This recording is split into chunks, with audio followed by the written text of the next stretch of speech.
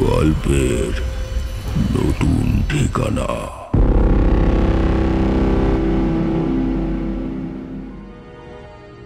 আপনারা শুনছেন স্টোরি বাংলা। আর আজকে স্টোরি বাংলার বিশেষ নিবেদন অঙ্কিতা ঘোষের লেখা গল্প ফেলিসা, এক রহস্যময়ী নারী। অঙ্কিতা ঘোষ জন্ম 23শে জুন 1996 সালে কলকাতায়।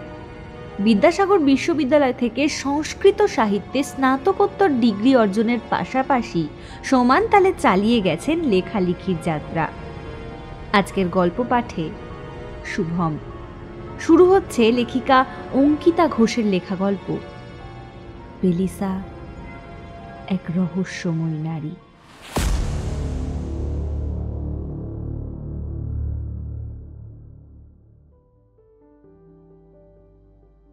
আজ রূপঙ্করের ঘুম থেকে উঠতে বেশ দেরি হয়েছে।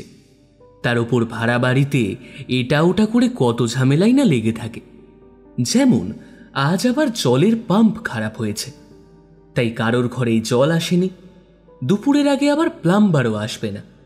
অগত্যা বাড়ির সবাইকেই রাস্তার কল থেকে জল তুলে নিয়ে স্নান সারতে হচ্ছে। রূপঙ্করও কোনো রকমে স্নানাহার সেরে টিফিন গুছিয়ে নিয়ে ইস্ত্রি করা শার্ট প্যান্ট পরে গলায় আই কার্ড ঝুলিয়ে অফিসের জন্য বেরিয়ে পড়ল। কিন্তু বিধিবাম, আজ আবার বাসও অনেকটা দেরি করে আসলো।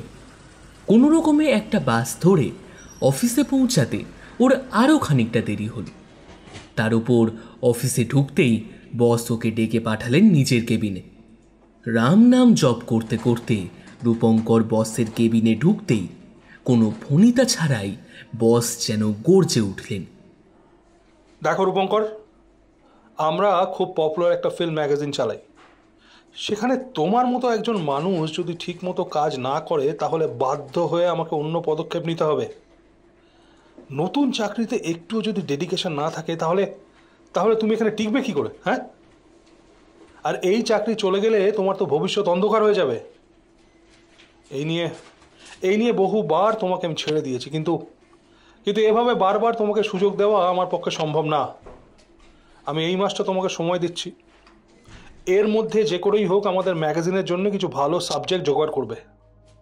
না আনতে পারলে কিন্তু। এই কিন্তুর অর্থ কি এবং এরপর যে কি হতে পারে তা আর বুঝতে বাকি রইল না রূপঙ্করের। রূপঙ্কর রায়, বাড়ি বর্ধমান জেলায়। এর আগে কলকাতার একটি বিশেষ পত্রিকায় কাজ করার অভিজ্ঞতা রয়েছে, কিন্তু এই কয়েক মাস আগে রূপঙ্কর কলকাতার একটি নামকরা ফিল্ম ম্যাগাজিনের অফিসে চাকরি পেয়ে যায়।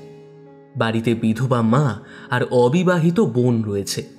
ওর বাবা পৈতৃক সম্পত্তি হিসেবে ছেলের মাথায় রেখে গেছে বিশেষ কিছু ধার দেনা। তাই একটা বেশি মাইনের ভালো চাকরির খুব প্রয়োজন ছিল রূপঙ্করের। সেই সুযোগ পেয়েই 7-5 না ভেবে ও এই চাকরিটা জয়েন করে নিল। কিন্তু বর্ধমান থেকে কলকাতায় প্রতিদিন যাতায়াত করা ওর পক্ষে সম্ভব নয়। এছাড়া এই অফিসে ওকে কিছু ফিল্ড ওয়ার্কও করতে হতো, তাই কলকাতায় থাকাই ওর পক্ষে সুবিধার ছিল। কলকাতায় একটা ভাড়া বাড়ির সন্ধান করে রূপঙ্কর বর্ধমান থেকে কলকাতায় শিফট করল। কিন্তু এই সমস্ত ঝামেলায় পুরো মাস ধরেই রূপঙ্কর খুব একটা কাজ করতে পারেনি। ইতিমধ্যে ম্যানেজার থেকে HR প্রত্যেকেই রূপঙ্করকে চাকরি দেওয়ার জন্য যে আফসোস করছে, আজ বসের হুঁশিয়ারিতেই রূপঙ্কর তা বুঝতে পারল। এইবারে মন দিয়ে কাজ না করতে পারলে একেবারে পথে বসতে হবে।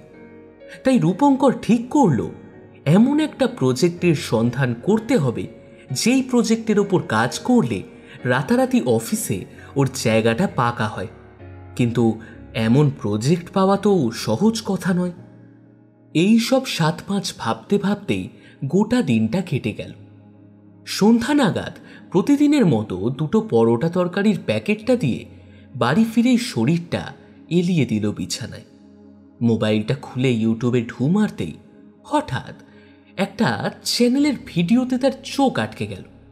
একটা টিভি শোয়ের ক্লিপ, নামটাও বেশ আলোচিত, গল্পের মরশুম। এর আগেও এদের নেওয়া ইন্টারভিউগুলো খুব মন দিয়ে শুনেছে রূপঙ্কর। এই শোতে বাংলার সেলিব্রিটিদের ইন্টারভিউ নেওয়া হয়। আজ এই শোতে গেস্ট হিসেবে এসেছেন বাংলার বিখ্যাত সিনেমা পরিচালক সুশোভন ঘোষাল। নমস্কার সুপ্রিয় দর্শকবৃন্দ, আমি সঞ্জয় রায়, আর আপনারা দেখছেন গল্পের মরশুম। আজকের আমাদের সঙ্গে স্টুডিওতে উপস্থিত আছেন বিখ্যাত ভৌতিক সিনেমার পরিচালক শ্রী সুশোভন ঘোষাল, যাকে ইতিমধ্যেই হরর প্রেমীরা ভূতের ডিরেক্টর বলে আখ্যা দিয়েছেন।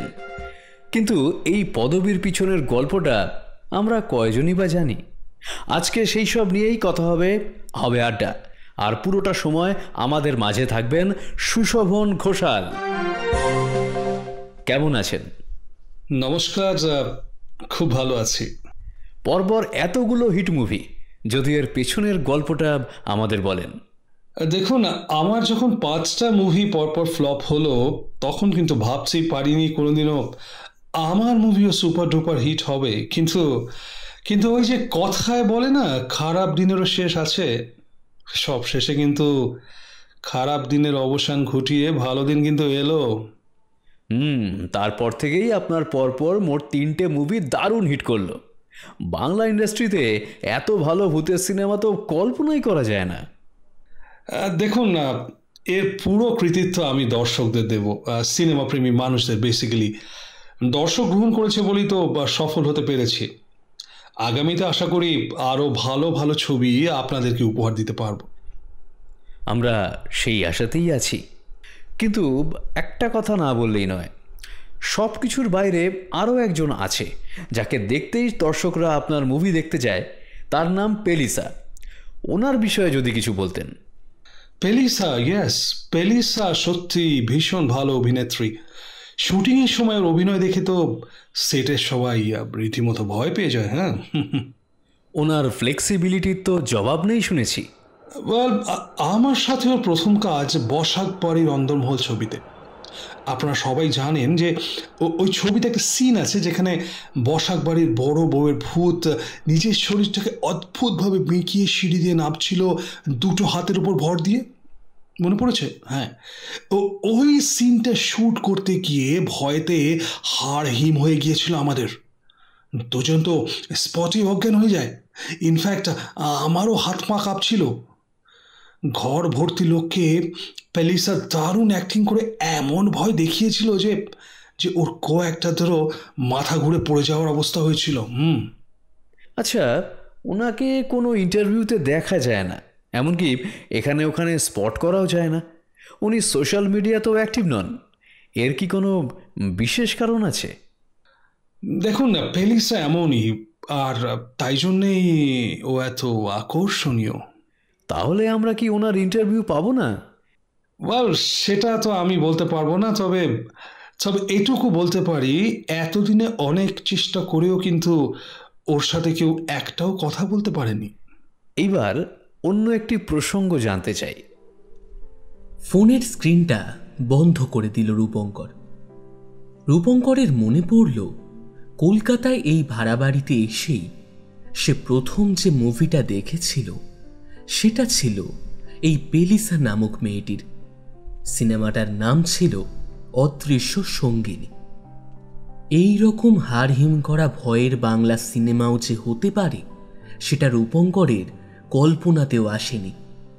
সিনেমায় ভূতের রোলটা করেছিল সেই রহস্যময়ী অভিনেত্রী পেলিসা। তার অভিনয়ের মাধ্যমে দর্শক মণ্ডলীকে সে ভয় পাওয়ানোর অসাধারণ ক্ষমতা রাখে। ওর সিনেমা একা দেখলে সত্যি গা ছমছম করে। দাঁতে দাঁত চেপে রূপঙ্কর পুরো সিনেমাটা দেখেছিল সেদিন। ওরকমভাবে ঘাড় বেঁকিয়ে এক পায়ে হাঁটার সিনটা ওই মেয়েটা এতটা নিখুঁতভাবে করল কি করে সেটাও ভেবে পায়নি। কিন্তু এত দক্ষ অভিনেত্রী অথচ লাইমলাইট থেকে দূরে থাকে কেন? টিভির বা সিনেমার পর্দা ছাড়া ওকে কোথাও দেখাও যায় না। তিনি না কাউকে ইন্টারভিউ দেন আর না সেটের বাইরে কারোর সামনে আসেন। তাই ফিল্ম ইন্ডাস্ট্রিতে ওনাকে নাকি এরই মধ্যে রহস্যময়ী অভিনেত্রীর খেতাব দেওয়া হয়েছে। এইসব বিষয়ে কানাঘুষো সে অনেক শুনেছে, কিন্তু এইবার রূপঙ্করের মাথায় হঠাৎ একটা আইডিয়া এলো। কেউ যা করতে পারেনি তা যদি ও নিজে করে দেখায় তাহলে ওর একটু নাম হবে আর চাকরিটাও পাকা হবে। কিন্তু এতে অনেক বাধাও রয়েছে। যে কাউকে কোনোদিনও ইন্টারভিউ দেয়নি সে ওর মতো একজন ছোটখাটো জার্নালিস্টকে ইন্টারভিউ দেবেই বা কেন? যাই হয়ে যাক, একটা চেষ্টা রূপঙ্করকে করতেই হবে, হার মানলে চলবে না। যে করেই হোক পেলিসার ইন্টারভিউ ও নেবেই। আজ সকালে রূপঙ্কর ওর বন্ধু সুজয়কে ফোন করল। সুজয়ের বাবা বাংলা সিনেমায় ছোটখাটো রোল করে এবং পরিচালক সুশোভন ঘোষালের সাথে এর আগেও কাজ করেছেন।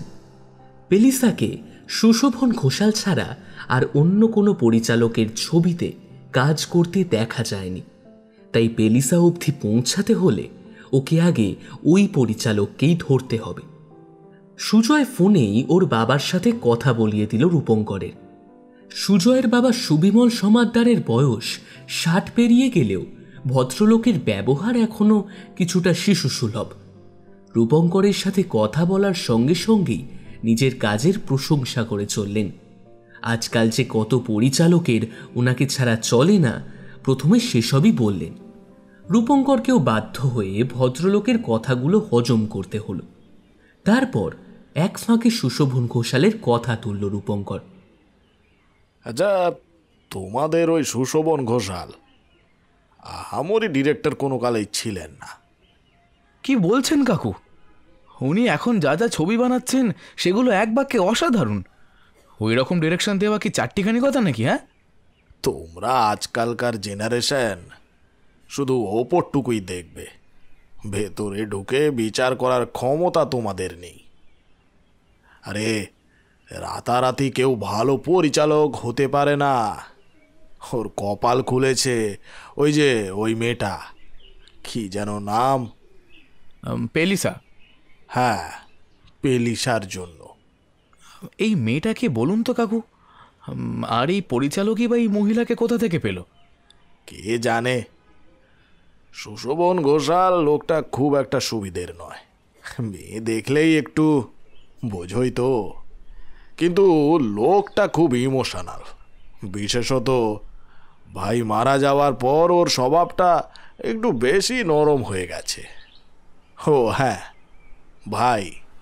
ভাই বলতে মনে পড়ল, ওর ভাইয়ের নামও রূপঙ্কর ছিল। এই কয়েকটা কথার পর আরও সামান্য কয়েকটা কথা হলো সুবিমল বাবুর সাথে। সবশেষে রূপঙ্কর একটু ঘুরিয়ে জেনে নিল পরিচালক সুশোভন ঘোষালের বাড়ি কোথায়। ওর মাথায় কিছু কিছু পরিকল্পনা ঘুরঘুর করছিল। পেলিসা অবধি পৌঁছাতে গেলে সুশোভন ঘোষালকেই সিঁড়ি বানাতে হবে, আর তার জন্য ওর দুর্বলতাটাই ব্যবহার করতে হবে। তাড়াতাড়ি রূপঙ্কর একটা ছক কষে নিয়ে বেরিয়ে পড়ল সুশোভন ঘোষালের বাড়ির উদ্দেশ্যে। পরিচালক মশাইয়ের বাড়ি উত্তর কলকাতার একটি পুরনো পাড়ায়। সেই বাড়ি অতিমাত্রায় সাধারণ। দাপুটে পরিচালকদের যেমন বাড়ি হয় তেমনটা একদমই নয়। শুধু বাড়ির সামনে একটা দামি কালো গাড়ি আর সদরে দুজন সিকিউরিটি গার্ডকে দেখে বোঝা যাচ্ছে বাড়িটা একজন প্রতিপত্তিবান মানুষের। সম্ভবত এটাই তার পৈতৃক ভিটে। বাড়ির সামনে বড় রাস্তার ওপারে একটা ছোট্ট চায়ের দোকানে বসে সুশোভন ঘোষালের বাড়ির ওপর নজর রাখছিল রূপঙ্কর। কখন সুশোভন ঘোষাল বেরোয়, কখন ফিরে, কে কে কখন তার বাড়িতে আসে, সব কিছু কয়েকদিনের মধ্যেই জেনে ফেলল রূপঙ্কর। তারপর শুরু হলো ওর পরিকল্পনার প্রথম পদক্ষেপ। রোজ সকাল 10টায় সুশোভন ঘোষাল ওয়েল ড্রেসড হয়ে বাড়ি থেকে বেরিয়ে পড়ে আর ফেরে দুপুর 3টের সময়। তারপর বেশিরভাগ দিন আর বেরোয় না। রূপঙ্কর আজ ঠিক সকাল 10টা বাজতে 10 থেকে পরিচালকের বাড়ির সামনে বড় রাস্তার ওপর দাঁড়িয়ে রইল। এই বাড়ির সামনের বড় রাস্তা দিয়ে সবসময়ই মধ্যম গতিতে গাড়ি যাতায়াত করে। রূপঙ্কর লক্ষ্য করেছে সুশোভন ঘোষাল বাড়ির সামনে থেকে গাড়িতে না বসে একটু এগিয়ে গিয়ে বড় রাস্তার ওপরে গিয়ে নিজের গাড়িতে ওঠে। সম্ভবত সে নিজেকে লোকের সামনে আনতে একটু বেশি পছন্দ করে। ওইটুকু রাস্তা হেঁটে গেলে সবাই তাকে ফিরে ফিরে দেখুক, সেটাই সে চায়। কিন্তু কথায় আছে, গেঁয়ো যোগী ভিক পায় না। সুশোভন ঘোষালেরও নিজের পাড়ায় সেই অবস্থা। বেচারাকে কেউ পাত্তাই দেয় না। তবুও ভদ্রলোকের ধৈর্য আছে, সে কথা বলতেই হয়। আজও সে তাই করল। নিজের বাড়ি থেকে বেরিয়ে বড় রাস্তার দিকে হাঁটছিল সে। এমন সময় একটা চলন্ত গাড়ি কোথা থেকে এসে ওর সামনে দাঁড়ালো। সুশোভন থমকে মাঝ রাস্তায় দাঁড়িয়ে পড়ল। সঙ্গে সঙ্গে রূপঙ্কর ঝাঁপিয়ে সুশোভন ঘোষালকে টেনে রাস্তার অন্যদিকে ছিটকে পড়ল। এক্ষেত্রে সুশোভনের কিছু না হলেও রূপঙ্করের বেশ চোট লাগলো। হাত ছড়ে গেল, মাথা অল্প ফেটে গিয়ে একটা রক্তারক্তি কাণ্ড ঘটল। সুশোভন ঘোষাল নিজেকে সামনে নিয়ে একটুও দেরি না করে রূপঙ্করকে নিজের গাড়িতে তুলে রওনা দিল নার্সিংহোমে। গাড়িতে উঠে থেকেই রূপঙ্কর অ্যাক্টিং শুরু করলো। যতটা না লেগেছে তার দ্বিগুণ ব্যথায় ছটফট শুরু করলো। কিছুক্ষণের মধ্যেই নার্সিংহোমে পৌঁছে গেল ওরা। খুব বড় নার্সিংহোমে রূপঙ্করকে ভর্তি করে চিকিৎসা করালো সুশোভন। ঘণ্টা দুয়েক পর রূপঙ্করকে ছাড়া হলো। এতক্ষণ সুশোভন ঘোষালও রূপঙ্করের সঙ্গেই নার্সিংহোমে বসেছিল।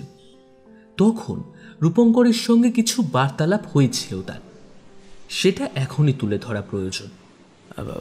আমি আপনার সব ছবি দেখেছি। অনেক দিনের ইচ্ছে ছিল আপনার সঙ্গে দেখা করব। সেটা যে এভাবে পূরণ হবে আমি তা ভাবতে পারিনি। আমি খুব বড় ফ্যান আপনার। সুশোভন হেসে জিজ্ঞেস করল, তোমার নাম কি ভাই? রূপঙ্কর রায়। রূপঙ্কর? হ্যাঁ। সুশোভন ঘোষালের চোখে একটু স্নেহের ছাপ দেখা দিল। সে বলল, আসলে আমার ভাইয়ের নামও রূপঙ্কর ছিল। ও 2 বছর আগে মারা যায়। রূপঙ্কর আক্ষেপের সুরে বলল, ও ও very sorry sir, very sorry. না না, ইটস ওকে, ঠিক আছে। তুমি আজ আমায় বাঁচিয়ে সত্যি খুব উপকার করলে রূপঙ্কর। অনেক অনেক থ্যাঙ্কস ভাই। এইসব কি বলছেন স্যার? আমি আপনার খুব বড় ভক্ত। সুশোভন ঘোষালের বয়স বেশি নয়, ইন্ডাস্ট্রিতেও সে খুব পুরনো হয়ে যায়নি, তাই এই কথায় ইমপ্রেসড হতে ওর বেশি সময় লাগলো না। ও বলল, তুমি আজ রাতে কি করছো? কিছুই না স্যার। ভেরি গুড, তাহলে আমার বাড়িতে এসো। আমার এত বড় উপকার করলে তোমায় একটু প্রতিদান না দিলে হয়? হ্যাঁ। রূপঙ্কর আনন্দিত হয়ে বলল, অবশ্যই যাব স্যার। বড় ভাই নিমন্ত্রণ করলে ছোট ভাই না গিয়ে থাকতে পারে কি?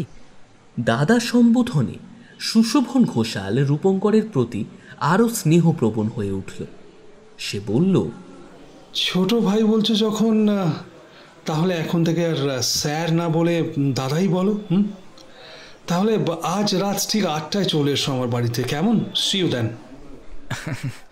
আচ্ছা দাদা। রূপঙ্কর আজ যেন হাতে চাঁদ পেয়ে গেল। মাথায় 2টো স্টিচ পড়লেও ভাগ্য আজ ওর খুলেছে। 5 মিনিটের জন্য যার সাথে কথা বলার সুযোগ কারোর হয় না, আজ সেই মানুষটাই ওকে ডিনারের আমন্ত্রণ জানিয়ে দিল। রূপঙ্করের অফিসের কারোর এতদিনেও এই ক্ষমতা হয়নি। একজন উঠতি ফেমাস পরিচালকের বাড়িতে নিমন্ত্রিত হওয়া তো আর কম কথা নয়। শুধু দুঃখের কথা এই যে সুশোভন ঘোষালের বাড়ির সামনে লোক ফিট করিয়ে গাড়ির মাধ্যমে নিজেকে আহত করার যে কর্মকাণ্ড, যেটা ও স্থির করেছিল, সেটার জন্য ওকে কিছু পরিমাণ টাকা খসাতে হয়েছিল। যাকে পেলিসার ইন্টারভিউ পেলে এরকম টাকা আরও রোজগার করতে পারবে। এখন শুধু অপেক্ষা সুশোভন ঘোষালের বাড়ি গিয়ে পরিকল্পনার 2য় ধাপ সম্পন্ন করা। রাত 8টা নাগাদ পরিচালকের উত্তর কলকাতার বাড়ির সামনে হাজির হল রূপঙ্কর। সিকিউরিটি গার্ডদের রূপঙ্করের কথা বলা ছিল, তাই রূপঙ্কর আসা মাত্রই দুজন গার্ড ওকে সেলাম ঠুকে বাড়ির ভেতরে প্রবেশ করতে দিল। বাড়িতে ঢুকতেই একজন কাজের লোক রূপঙ্করকে বসার ঘরে অপেক্ষা করতে বলে চলে গেল। শুধু বাইরে থেকে না, ভেতর থেকেও বাড়িটা খুব পুরনো দিনের মনে হলো। এখনো অবধি বাড়ির মধ্যে খুব একটা দামি জিনিসের আনাগোনা শুরু হয়নি, সবই প্রায় পুরনো দিনের।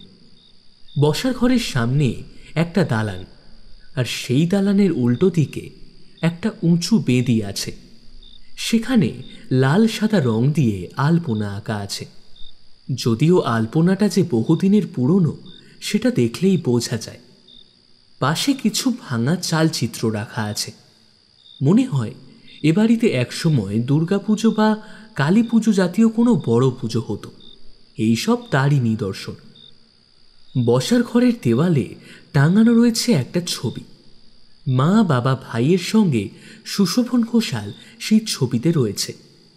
ছবিটা দেখে রূপঙ্করের মনে হলো শুধু নামই নয়, বরং রূপঙ্করের মুখটা অনেকটাই সুশোভন ঘোষালের ভাইয়ের মতো। তাই জন্যই হয়তো ভদ্রলোক প্রথম দেখাতেই রূপঙ্করকে এতটা আপন করে ফেলেছে। অন্যদিকে সোফার পাশে কিছু বিদেশি মদের বোতল সাজানো রয়েছে। টেবিলের পাশে রাখা অনেকগুলো ম্যাগাজিন আর খবরের কাগজ।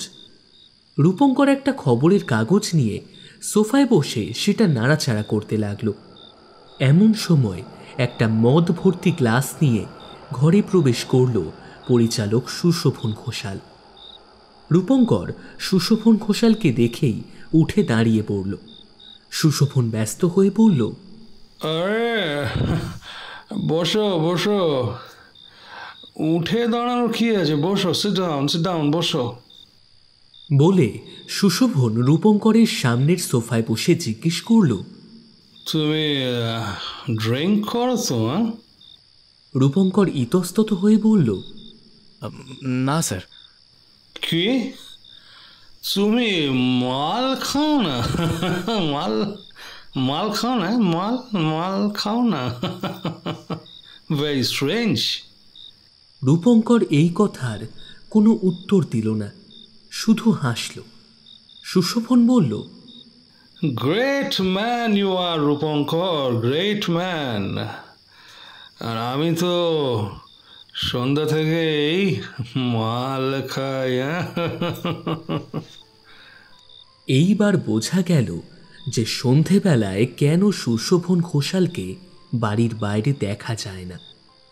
আজ সুশোভনকে দেখে মনে হচ্ছে ওর বেশ ভালোই নেশা চড়েছে, অর্থাৎ অনেকক্ষণ ধরেই সে মদ খাচ্ছে। এই হলো এক বিপদ। মাতালদের সাথে রূপঙ্কর কোনোভাবেই কথাবার্তা বলতে চায় না, কিন্তু আজ অগত্যা ওকে এই জিনিসটা সহ্য করতেই হবে। যদিও এতে ওর লাভ বই ক্ষতি নেই।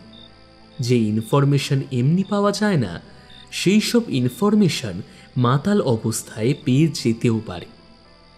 সুশোভন ঘোষাল নিজের পানীয় পান করতে করতেই রূপঙ্করকে ওর সম্পর্কে অনেক ধরনের প্রশ্ন করতে শুরু করল। রূপঙ্কর শান্তভাবে সব প্রশ্নের উত্তর দিল ঠিকই, কিন্তু নিজে একটাও প্রশ্ন করল না। ধীরে ধীরে সুশোভনের নেশার মাত্রাও বেশ চড়ে যাচ্ছিল, এবং শেষ অবধি যখন সুশোভনের হাসি মাঝে মাঝে কান্নায় আর কান্না মাঝে মাঝে হাসিতে পরিবর্তিত হচ্ছিল, তখন রূপঙ্কর নিজের প্রশ্নপত্র পেশ করল। আচ্ছা দাদা, ওই পেলিসা বলে মেয়েটা কি আউটসাইডার? হ্যাঁ হ্যাঁ, একেবারেই আউটসাইডার। আপনার জন্যই ওর এত নাম হয়েছে, না হলে নতুন মেয়েকে আর কতজনই বা এত বড় সুযোগ দেয়। কে বলছো? হ্যাঁ, কি বলছো? আমার জন্য ওর নাম হচ্ছে না, না, বরং ওর জন্যই আমার সিনেমা হিট করছে, বুঝলে? তবে আমি ছাড়া ওর সঙ্গে আর কেউ কাজ করতে পারবে না, কেউ কাজ করতে পারবে না। এ কথা কেন বলছেন? এই রকম একজন ভালো অভিনেত্রীকে কোনো ডিরেক্টরই বা নিজের সিনেমার জন্য কাস্ট করতে চাইবে না কেন? আর ভালো সুযোগ পেলে নিশ্চয়ই পেলিসা ম্যাডামও অন্য কারোর সঙ্গে কাজ করবেন। নো নো না, ও আমাকে ছাড়া কারোর সাথে কাজ করবে না আর কোনোদিন, ইউ আন্ডারস্ট্যান্ড? শুধু আমাকে ছাড়া। কেন, ও কি কোনো কন্ট্রাক্ট সাইন করেছে আপনার সাথে? না না, নট লাইক দ্যাট। আসলে কি বলতো, যার জীবনে রহস্য থাকে সে কৌতূহলী ব্যক্তিদের নিজের জীবনে রাখতে চায় না, তাই না? আমি শুধু নিজের কাজ বুঝি, তারপর কে কার জীবনে কি করছে সেটা তার ব্যাপার, আমার কিচ্ছু যায় আসে না। এই জন্যেই হয়তো পেলিসা আমার সঙ্গে কাজ করে। অন্য কোনো পরিচালক কি এরকম নির্ঝঞ্ঝাট হবে? নির্ঝঞ্ঝাট? আমার তো মনে হয় না। ওর শর্ত মেনে এত কাজ করবে? আমি ছাড়া, আমি আমি আমি ছাড়া ওর গতি নেই, গতি নেই, ইউসি, ওর গতি নেই। কি ধরনের শর্ত উনি রেখেছেন? আপনি কি আগে থেকে ওনাকে চিনতেন? সুশোভন ঘোষাল উঠে গিয়ে আর একটা ড্রিঙ্ক বানাতে বানাতে বলল, না, একটা অডিশনে পেলিসার সাথে প্রথম আলাপ হয় আমার। প্রথম দিনই আমি বুঝেছিলাম মেয়েটার মধ্যে অসাধারণ, কি বলে ওটাকে, প্রতিভা, অসাধারণ প্রতিভা আছে। সুশোভন গ্লাস নিয়ে এসে সোফায় বসে পায়ের ওপর পা তুলে বলতে শুরু করলো, আজ থেকে প্রায় 2 বছর আগের কথা, বুঝলে? তখন আমার প্রত্যেকটা সিনেমা বক্স অফিসে মার খেয়ে যাচ্ছে। কোনো অভিনেত্রী তখন আমার সঙ্গে কাজ করতে চাইছে না, দেখলে? তখন আমি একদিন ভাবলাম যে বাংলায় যেহেতু সেভাবে হরর সিনেমা তৈরি হয় না, তাই আমি যদি একটা ভূতের সিনেমা নিয়ে আসি তাহলে তো ব্যাপারটা মন্দ হবে না, কি বলো? ঠিক করলাম নিজের বাড়ি বন্ধক রেখে যদি টাকা জোগাড় করতে হয় তাই করব, কিন্তু মুভির জন্য কারো কাছে ঈশ্বরমা হাত পাতবে না, বুঝলে? তখন শুরু হলো ভালো গল্প খোঁজ করা, কিন্তু সেখানেও ব্লাডি বাঁধা। গল্প ভালো লাগলে তা বাজেট পেরিয়ে যাচ্ছে, আর বাজেটের মধ্যে হলে গল্প ভালো লাগছে না। এমন সময় অল অফ এ সাডেন একজন আননোন বয়স্ক লেখক নিজের গল্প নিয়ে আমার অফিসে এলো। প্রথমে আমি পাত্তা দিইনি, কিন্তু তারপর গল্পটা পড়ে সত্যি আমার ভীষণ ভালো লাগলো। ওনার গল্পে মেন ভূত ছিল একটা মেয়ে। এই একটা ব্যাপারে এই সিনেমাতে অভিনেত্রীদের বিশেষ প্রয়োজন হয়। অভিনেতার জায়গায় অভিনেত্রী ভূত হলে দর্শক বেশি পছন্দ করে। তাই আমিও 7-5 না ভেবে ওনার গল্পই ফাইনাল করে দিলাম। কিন্তু গল্প তো হলো, এবার নায়িকা খুঁজতে হবে। অনেকে অফার করলাম, কিন্তু আমি তো তখন ফ্লপ ডিরেক্টর, তাই কেউ আমার সঙ্গে কাজ করতে চাইল না। বাধ্য হয়ে অডিশন নিলাম। নতুন গল্প, নতুন মুখ, খুব রিস্ক নিলাম, বুঝলে ভাই? কিন্তু যার কিছুই নেই সে তো হারানোকে ভয় পায় না, তাই না? অডিশনে প্রথম দিন কাউকে পছন্দ হলো না, জানো? প্রথম দিন দ্বিতীয় দিন এলো পেলিসা, সেই রহস্যময়ী নারী। বিশ্বাস করো, প্রথম দেখায় প্রেমে পড়ে যাবে এমন তার রূপ। প্রায় 80 জন মেয়ের মধ্যে, বুঝলে, 80 জন মেয়ের মাঝে পেলিসা দাঁড়িয়ে আছে একটা কালো শাড়ি পরে। আমি এখনো চোখ বন্ধ করলে দেখতে পাই। পেলিসাকে সামনে থেকে দেখলে বুঝবে, ওরকম সুন্দরী মেয়ে চট করে দেখা যায় না। গায়ের রং শ্যামলা, কিন্তু অপূর্ব মুখশ্রী। তবে সুন্দরী হলেও কোনো মিষ্টত্ব নেই, বরং আছে একটা রহস্য। ও টানা টানা চোখে কাজল, মাথায় কোঁচকা লম্বা চুল, ছিপছিপে চেহারা। হাইট খুব বেশি না হলেও বেঁটে বলা যায় না। ওর গলার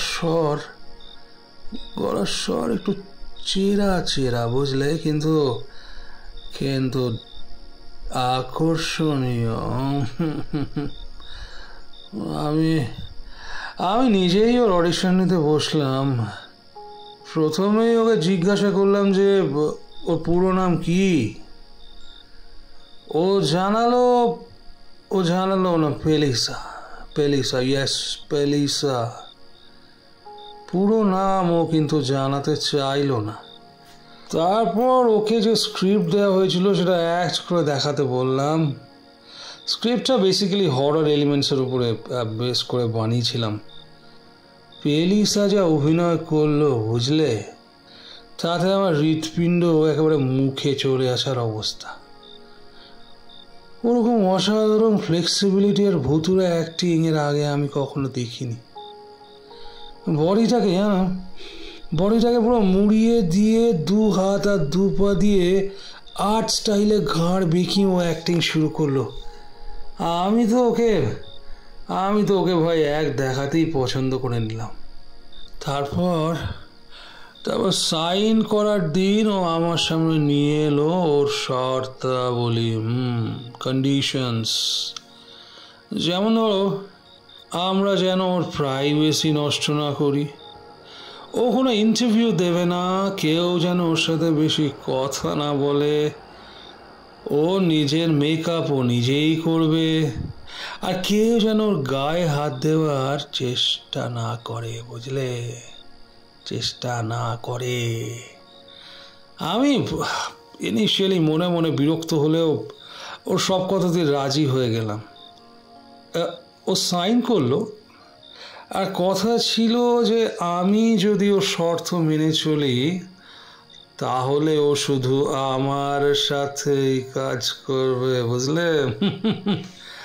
আর তাই হলো ইনফ্যাক্ট তাই হলো। পর হিট দিচ্ছি, কিন্তু কোনো প্রিমিয়ার শো, ইন্টারভিউ আর প্রমোশন ওকে দেখা যায় না। আমি ওকে জোরও করি না। রূপঙ্কর খানিকটা অন্যমনস্ক হয়ে বলল, স্ট্রেঞ্জ, এরকম মানুষ তো দেখা যায় না। তুমি দেখতে চাইলে কালকেই সেটে চলে এসো, কাল তো পেলিসা শ্যুট আছে। রূপঙ্করের ইচ্ছেগুলো আজ কেমন অস্বাভাবিকভাবে পুরো হয়ে যাচ্ছিল। রূপঙ্কর মনের আনন্দে সুশোভন ঘোষালের সাথে ডিনার সেরে বাড়ি ফিরল। এখন ওর তৃতীয় পদক্ষেপটা কি হবে সেটাও সে ভেবে নিল। এভাবে এগোলে খুব তাড়াতাড়ি পেলিসা ওর সামনে বসে ওকে ইন্টারভিউ দেবে। একসাথে এতগুলো ভালো খবরে রূপঙ্করের মনে হলো অ্যাক্সিডেন্টের ব্যথা ওকে আর কাবু করতে পারছে না। পরের দিন সুশোভন ঘোষালের কথা মতো শুটিং সেটে পৌঁছালো রূপঙ্কর। জানতে পারল পেলিসা ভ্যানিটিতে নিজের মেকআপ করছে, আর কিছুক্ষণের মধ্যেই শ্যুট শুরু হবে। রূপঙ্করের বুকের ভেতরটা বেশ ঢিপ ঢিপ করছিল। শেষ অবধি রূপঙ্করের অপেক্ষার অবসান ঘটিয়ে শুটিং ফ্লোরে ঢুকল পেলিসা। সাদা রঙের একটা ঢিলে ঢালা জামা, চোখের তলায় কালো কালি, চুল উস্কো খুস্কো, মুখে দুটো আঁচড়ের দাগ, আর ঠোঁটে যেন মরুভূমির মতো ফাটল ধরেছে। সেটের সবাই পেলিসাকে দেখে ভয় পেলেও রূপঙ্কর একটু দুঃখই পেল। পেলিসার রূপের প্রশংসা শুনে ও আজও ওই মন মাতানো রূপেই পেলিসাকে কল্পনা করেছিল, কিন্তু সেই রূপ ও দেখতে পেল না। পেলিসা ফ্লোরে এসে কারোর সাথে একটা কথাও না বলে স্ক্রিপ্ট রেখে সেটে রাখা একটা বিছানায় গিয়ে শুল। দুজন মহিলা ওর হাতটা বেঁধে দিল। তখন পরিচালক বাবু মাইকে বললেন, হাতটা একটু ঢিলে করে বাঁধো, যাতে পেলিসা সেটা ছিঁড়ে নিজের ডায়লগ বলতে সুবিধা হয়। পেলিসা পরিচালকের দিকে তাকিয়ে বলল, আমি আমার কাজ ঠিকই করব, তুমি আমার হাত চেপেই বাঁধতে বলো। ঢিলে হলে আমার অ্যাক্টিং করতে অসুবিধে হয়। রূপঙ্করের গায়ে যেন কাঁটা দিল পেলিসার গলা শুনে। থমথমে হিম শীতল গলার স্বর মেয়েটার। পেলিসার কথা মতো ওর হাত চেপেই বাঁধা হলো। ওর সামনে আরও দুজন অ্যাক্টর, একজন তান্ত্রিক সেজেছে আর একজন ছবিতে পেলিসার বর হয়েছে। পরিচালক মশাই অ্যাকশন বলার সাথেই শুরু হলো পেলিসার মারাত্মক অভিনয়। পেলিসা খাটে ছটফট করছে আর ভাঙা গলায় বলছে,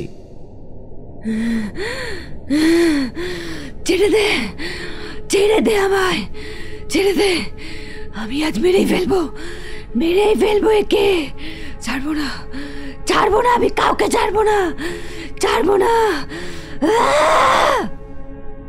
তখন তান্ত্রিক বলে উঠল, ছাড় ওকে, কেন ওর শরীরে ভর করেছিস?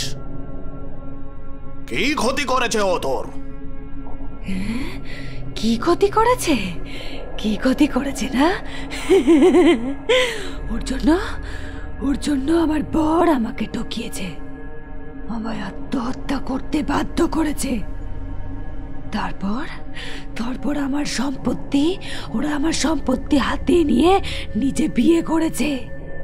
বিয়ে করে সুখে থাকবে ওরা, আমি থাকতে দেব না, হতে দেব না। আমি শেষ করে দেব, শেষ করে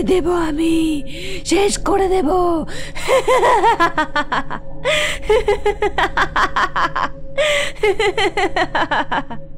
কথা শেষ করে আবার বিকট হাসল। তারপর ছটফট করতে করতে নিজের শরীরটা ধনুকের মতো বেঁকিয়ে দিল পেলিসা, যেন অদৃশ্য কেউ ওর কোমরটা ধরে টেনে উপরের দিকে তুলে ধরেছে। তারপর চোখ কপালে তুলে নিজের দুহাত শুধু বাঁধন থেকেই না, খাটের হাতল শুদ্ধ ভেঙে ছাড়িয়ে নিল পেলিসা। তারপর এক লাফে খাট থেকে নেমে হামাগুড়ি দিয়ে তান্ত্রিকের সামনে গিয়ে ওর গলা টিপে ধরল। তারপর আস্তে আস্তে 6 ফিটের সেই লোকটাকে শূন্যে তুলে দিল। তান্ত্রিক মশাই চমকে গিয়ে ছটফট শুরু করে ডিরেক্টরের দিকে তাকালো। সুশোভন ঘোষাল মুখ হাঁ করে এতক্ষণ তাকিয়েছিল। তান্ত্রিককে ছটফট করতে দেখে কাট কাট বলে উঠল। সঙ্গে সঙ্গে পেলিসা তান্ত্রিককে ছেড়ে দিল। তান্ত্রিক দুম করে মাটিতে পড়ে খক খক করে কাশতে থাকলো। পেলিসা নিচু হয়ে তাকে জিজ্ঞেস করল, একটু জল খাবেন? তান্ত্রিক রীতিমতো ভয় পেয়ে পেলিসার থেকে দূরে সরে এলো। পেলিসা সেই দেখে হেসে বলল, অভিনয় এরকমই জিনিস, অভিনয়ের মধ্যে ঢুকে গেলে আমার আর কিছুই খেয়াল থাকে না। কথা শেষ করে পেলিসা নিজের ভ্যানে চলে গেল। 1 ঘন্টা পর চোখে একটা সানগ্লাস পরে আপাতমস্তক একটা কাপড়ের সাহায্যে ঢেকে প্রোডাকশনের গাড়িতে উঠে বেরিয়ে পড়ল সে। ইতিমধ্যে এটার জন্য রূপঙ্কর তৈরি ছিল। নিজের বাইক নিয়ে সে পেলিসার গাড়িটাকে ফলো করল।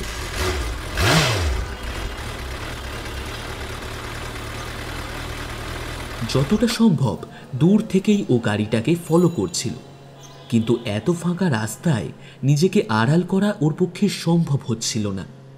ওর ভাগ্য ভালো ওকে কেউ দেখতে পেল না।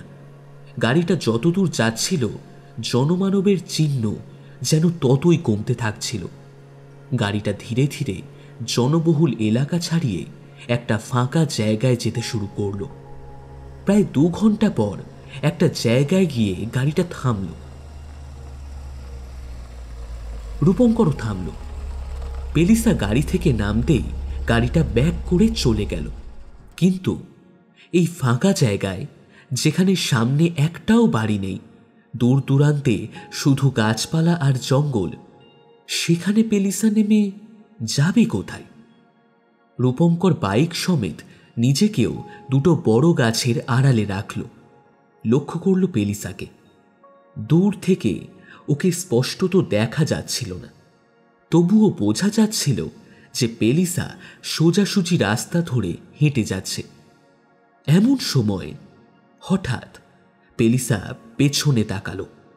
রূপঙ্কর আরো খানিকটা গাছের কাছে সরে এসে নিজেকে আড়াল করল। কয়েক সেকেন্ড পর গাছের পাশ থেকে মুখ বের করে রূপঙ্কর দেখতে পেল পেলিসা সামনে নেই। এত তাড়াতাড়ি মেয়েটা তবে গেল কোথায়? তাহলে কি ও রূপঙ্করকে দেখে ফেলে জঙ্গলের গাছের আড়ালে লুকিয়ে পড়েছে? না, আর এখানে থাকাটা ঠিক নয়। রূপঙ্কর নিজের বাইক ঘুরিয়ে উল্টো দিকে রওনা দিল।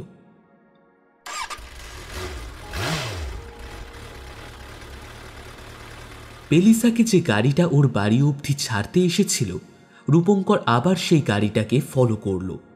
এবারে গাড়ির মধ্যে শুধু ওই ড্রাইভার আছে, কিন্তু এই ড্রাইভারের থেকেও ওর কিছু ইনফরমেশন নেওয়ার ছিল। লোকটা কিছুক্ষণ পর একটা জায়গায় গাড়িটা থামালো। তারপর গাড়ি থেকে নেমে একটা চায়ের দোকানে এসে সেদিকে এগিয়ে গেল। রূপঙ্করও বাইক স্ট্যান্ড করে সেই দিকে গেল।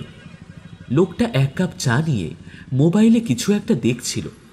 রূপঙ্কর সেই সুযোগে নিজের হাত ঘড়িটা খুলে পকেটে ঢুকিয়ে নিয়ে 1 কাপ চা কিনে লোকটার সামনে গিয়ে জিজ্ঞেস করল, কিছু যদি মনে না করেন তাহলে একটু টাইমটা বলতে পারবেন? লোকটা চোখ তুলে রূপঙ্করকে আপাতমস্তক দেখে ফোনের দিকেই তাকিয়ে বলল, 6:45। অনেক ধন্যবাদ। আর বলবেন না, বাড়ি থেকে বেরোনোর সময় আজ মোবাইল ফোনটা নিয়ে বেরোয়নি, আর হাত ঘড়িটা অফিসে ফেলে এসেছি।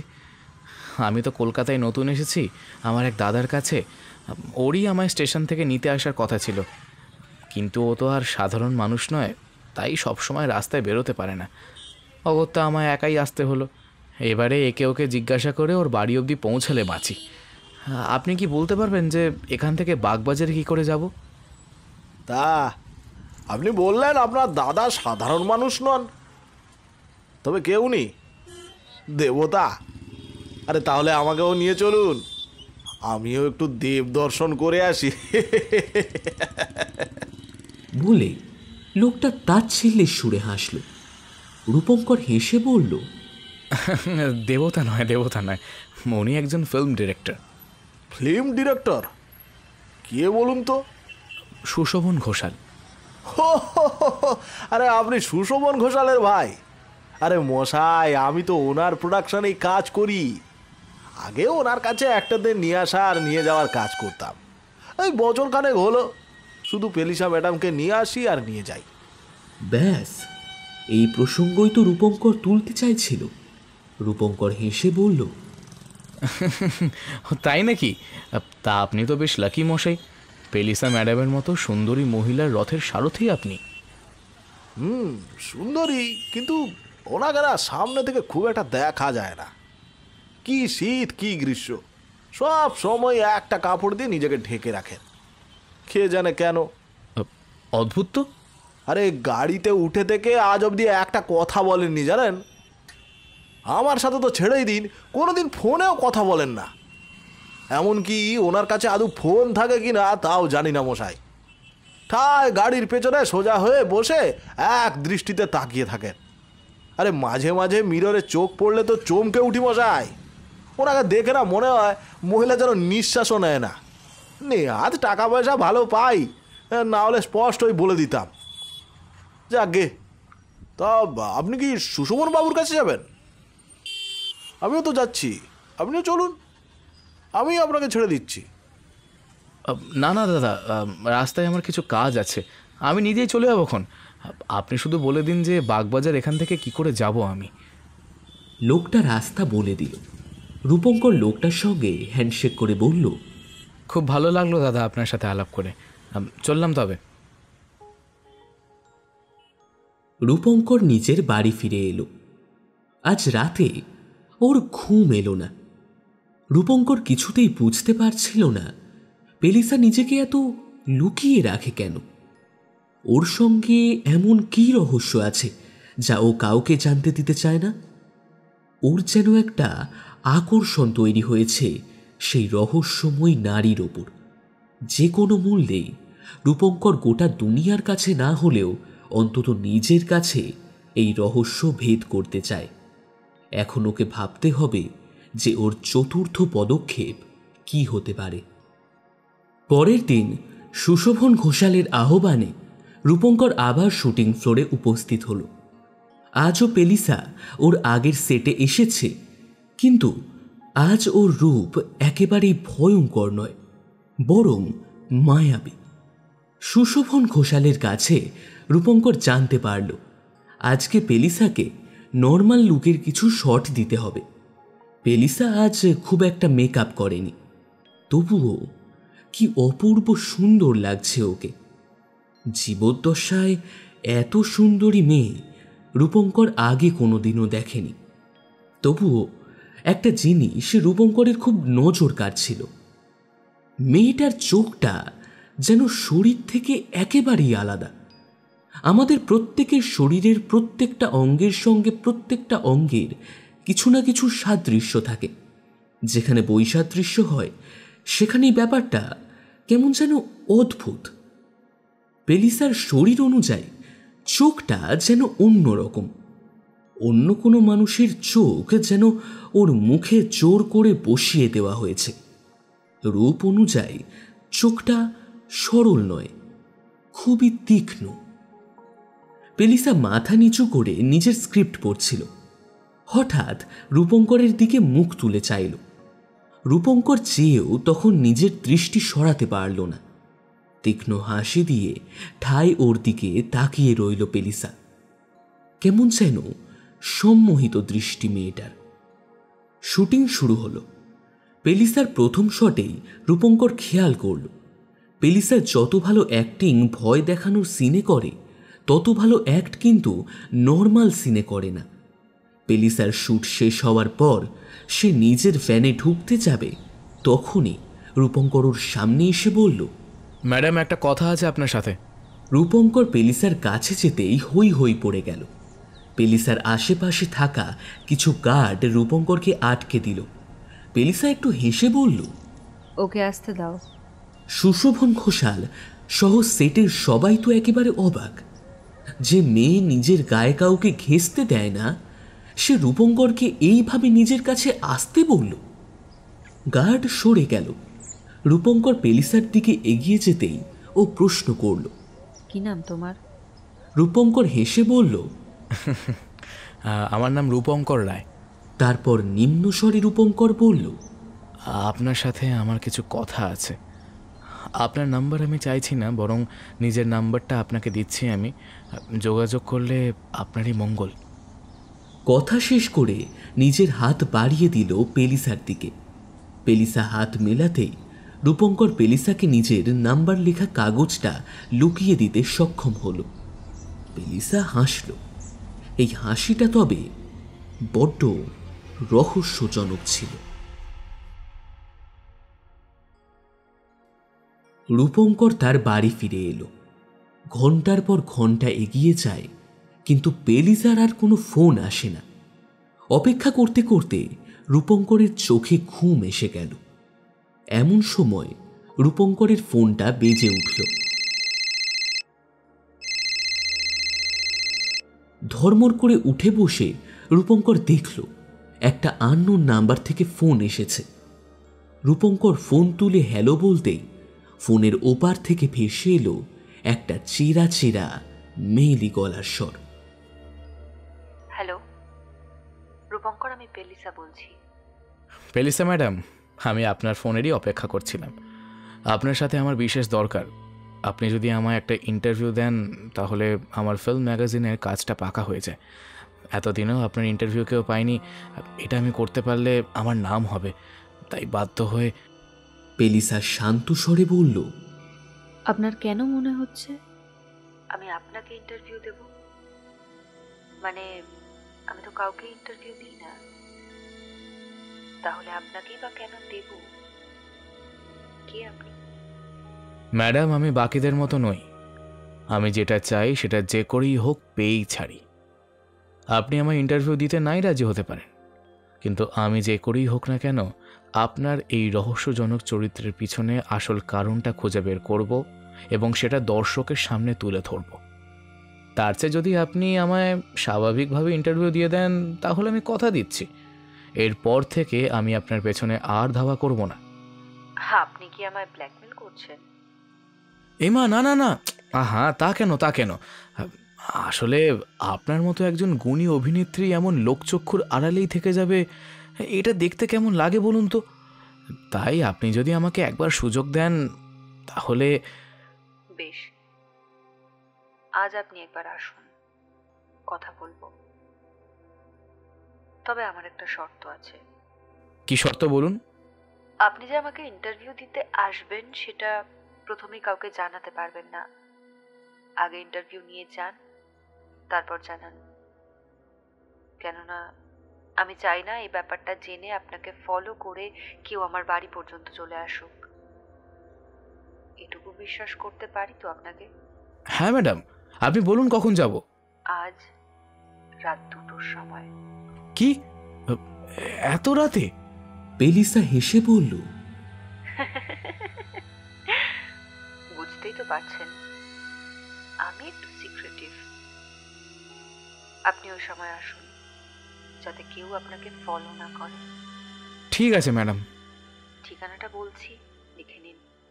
রূপঙ্কর তাড়াতাড়ি ঠিকানাটা লিখে নিল, সঙ্গে পেলিসার কিছু ডিটেলসও খাতায় নোট করে নিল। ঠিক হলো আজ রাত 2টোর সময় রূপঙ্কর পেলিসার বাড়িতে পৌঁছে যাবে। যদিও রাত অনেকটাই, তবুও অনেক কষ্টে এই সুযোগ এসেছে। রাত বা সকালের জন্য এই সুযোগ হাতছাড়া করা যাবে না। ফোন রেখে আজ আনন্দে পাগল হয়ে যাচ্ছিল রূপঙ্কর। পেলিসাকে কি কি প্রশ্ন করা হবে তার একটা লিস্ট সে করে নিল। তার জন্য ওকে পেলিসার কিছু মুভিও দেখতে হলো। এখানেও রূপঙ্কর একটা অদ্ভুত জিনিস নোটিস করল। মুভিতে লেখকের নামটা এক, মানে এই প্রত্যেকটা গল্পই একজনের লেখা। রূপঙ্কর একবার সুশোভন ঘোষালকে ফোন করল। বেশি ভনিতা না করেই স্পষ্টতই প্রশ্ন করল, দাদা, একটা কথা বলতে পারবেন? মানে যদি আমায় বলতে অসুবিধা না হয় তো। তোমায় বলতে কি অসুবিধা হবে? বলো না কি জানতে চাও? আপনি বলেছিলেন যে একজন আপনাকে প্রথম ভূতের গল্প দিতে এসেছিল। সেই কি এতদিনের আপনার প্রত্যেকটা ভূতের মুভির গল্প লিখেছে? হ্যাঁ, ওনার নাম সদাশিব চৌধুরী। উনি আমার লাকি চাম। হি ইজ মাই লাকি চাম। যবে থেকে ওনার গল্প নিয়ে কাজ করছি তবে থেকে এই মুভি সুপার ডুপার হিট করছে।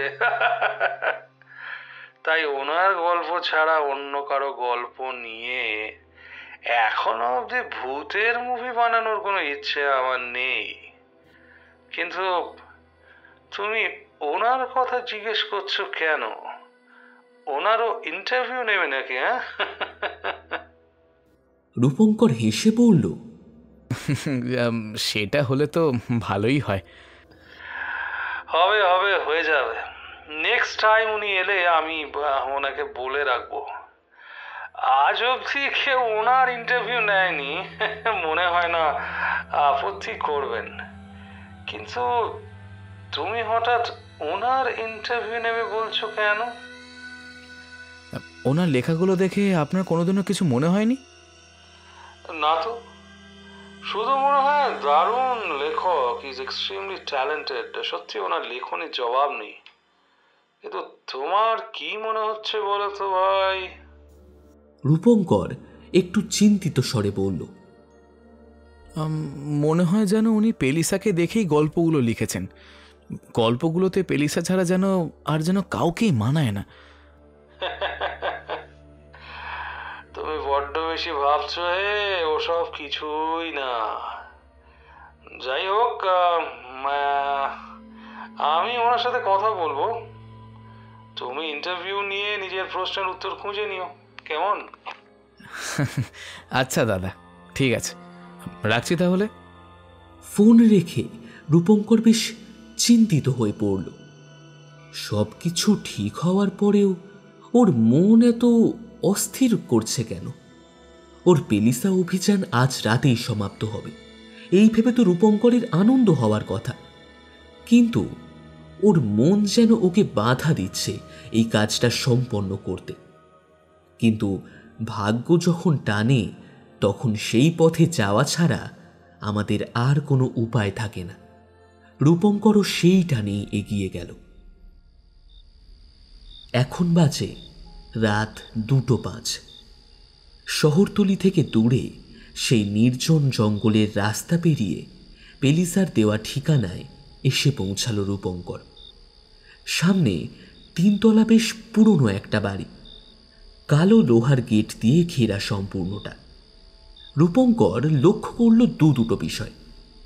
এক, এই এলাকায় আশেপাশে আর একটাও বাড়ি নেই। আর 2, বাড়ির একটা জানলা দিয়েও বাড়ির ভেতরের আলো দেখা যাচ্ছে না। ভদ্রমহিলা কি তবে বাড়িতে আলো জ্বালায়নি? রূপঙ্কর কালো গেটটার দিকে এগিয়ে যেতেই ক্যাঁচ শব্দ করে গেটটা খুলে গেল। নুড়ি পাথরের জমি দিয়ে এগিয়ে গেল সে বাড়ির সদরের দিকে। সদরে কোনো কলিং বেল নেই। রূপঙ্কর দরজায় 2বার ধাক্কা মারল। হালকা করে দরজাটা খুলে গেল। সামনে তো কেউ নেই, তাহলে দরজাটা খুলল কে? রূপঙ্কর যখন ভাবছে যে সে বাড়িতে ঢুকবে কি না, তখন হঠাৎ একটা মেয়েলি কণ্ঠস্বর ভেসে এলো। চলে আসুন রূপঙ্কর বাবু, ভেতরে এসে বসুন। কথাটা দূর থেকে বলা হলেও রূপঙ্কর প্রত্যেকটা শব্দ পরিষ্কারভাবে শুনতে পেল। মহিলা কি মাইক্রোফোনে কথাটা বলল? আস্তে আস্তে রূপঙ্কর বাড়ির ভেতরে ঢুকল। কিন্তু এ কি, একটা জায়গায়ও একটা ইলেকট্রিক আলো নেই, জ্বলছে শুধু মোমবাতি। বিশাল হলঘরের মাঝে রয়েছে একটা বড় কালো সোফা। সামনে একটা চওড়া সিঁড়ি উঠে যাচ্ছে দোতলায়। রূপঙ্করের হঠাৎ কেমন যেন শীত শীত করছিল, অথচ কোনো দেওয়ালে বা কোনো জায়গায় এসি বা এয়ার কুলার দেখা গেল না। মে মাসের পচা গরমে এরকম বদ্ধ বাড়িতে এমনি এমনি ঠান্ডা লাগার কারণ কি? ইতিমধ্যে দেওয়ালে টাঙানো একটা বড় ছবি ওর দৃষ্টি আকর্ষণ করল।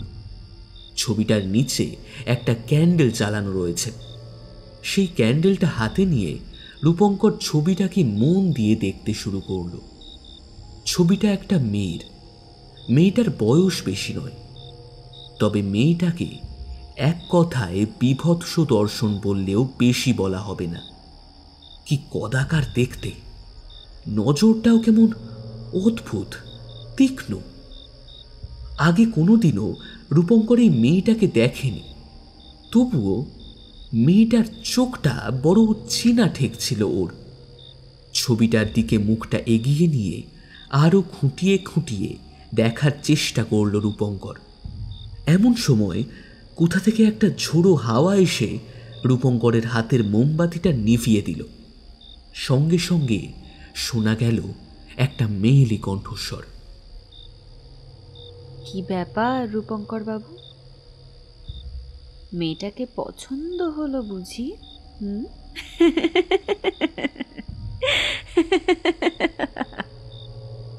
রূপঙ্কর পেছন দিকে তাকিয়ে দেখল পেলিসা সিঁড়িতে দাঁড়িয়ে রয়েছে।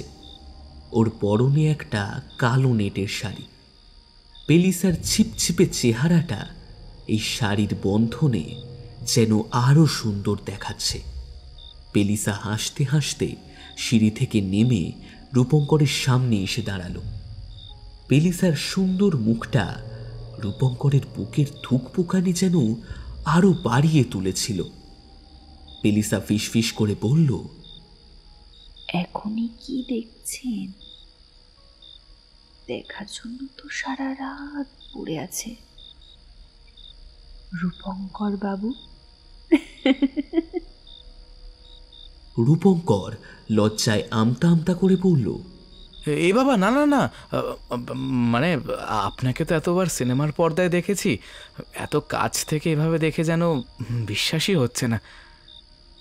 বসুন বসুন, বসে কথা বলুন। রূপঙ্কর সোফায় বসল। পেলিসা বলল, আচ্ছা, তোমাকে তুমি করে বললে কি তুমি কিছু মনে করবে? না না, বলুন না। এর বেশি রূপঙ্করের মুখ থেকে আর একটা শব্দও সরল না। এই গা ছমছমে পরিবেশে যেন ওর মাথাটা কাজ করছিল না। পেলিসা বলল, তুমি একটু জল খাবে? না না, আর দেরি না করে ইন্টারভিউ শুরু করি। পেলিসা রূপঙ্করের সামনের সোফায় বসে বলল, ঠিক আছে, শুরু করো। রূপঙ্কর পকেট থেকে নিজের ফোনটা বের করতে গিয়ে দেখল ওর কাছে ওর ফোনটা নেই। তাহলে কি ও ফোনটা বাড়িতে ফেলে এসেছে? এতটা অন্যমনস্ক রূপঙ্কর হলো কি করে? এতটা কেয়ারলেস হওয়ার তো কথা নয়। এবারে তো পেলিসার ইন্টারভিউ রেকর্ড করা যাবে না। তাহলে ফোনে ভয়েস রেকর্ড করবে বলে তো সঙ্গে কোনো খাতাও নিয়ে আসেনি। রূপঙ্কর মাথা নিচু করে বসে রইল। ঠিক করে উঠতে পারল না যে এখন ওর কী করা উচিত। ব্যাপারটা পেলিসাকে বলতেই পেলিসা হেসে বলল, তুমি যে এত অমনোযোগী সেটা কিন্তু তোমাকে দেখলে বোঝা যায় না। ফোন ফেলে যখন এসেছো তখন আমার সঙ্গে খানিক গল্প করেই যাও। ইন্টারভিউ আবার পরে কোনো দিনও নিও, চিন্তা করো না। একবার যখন তুমি আমার সামনে চলে এসেছো তখন তোমাকে আর কেউ দূরে সরাতে পারবে না। রূপঙ্কর যে প্রশ্নগুলো লিখে এনেছিল সেই কাগজটা বের করে পেলিসাকে বলল, আপনাকে নিয়ে আমার মনে অনেক কৌতূহল আছে, সেইগুলোই আজ প্রশ্নের মাধ্যমে আপনাকে জিজ্ঞাসা করব বলে লিখে নিয়ে এসেছি। আমি কি সেই প্রশ্নগুলো করতে পারি? বেশ, করো। তোমার সব কৌতূহল আজকে আমি মিটিয়ে দেব।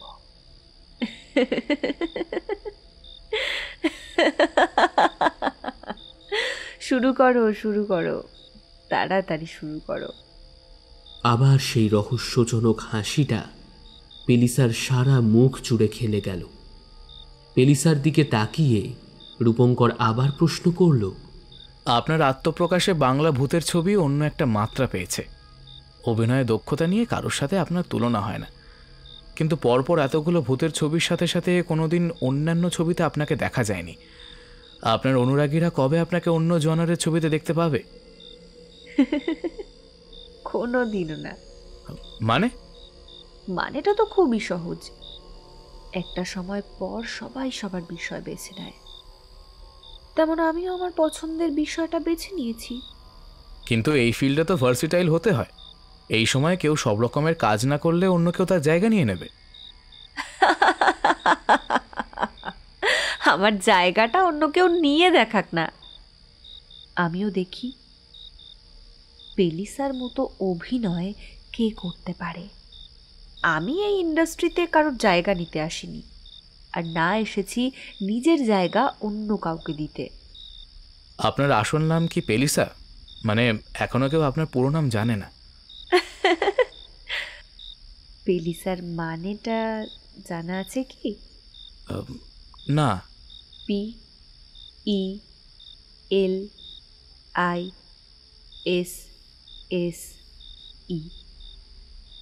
পেলিসা মানে আলখিল্লা, অথবা বোরখা জাতীয় কিছুও বলতে পারো।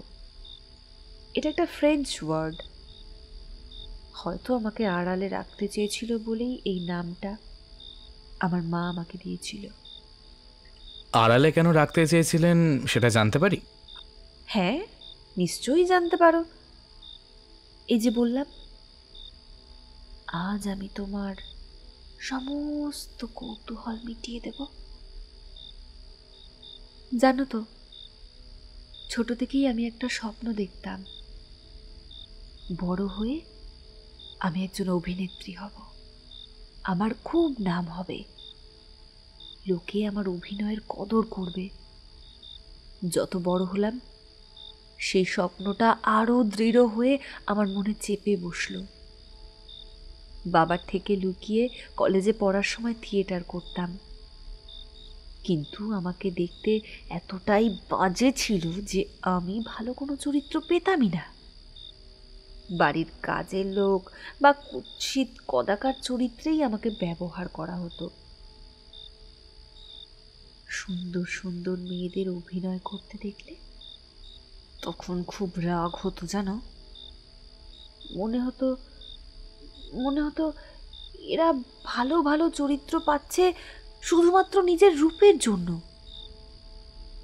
আর আমার রূপ নেই বলে আমার কদরও নেই।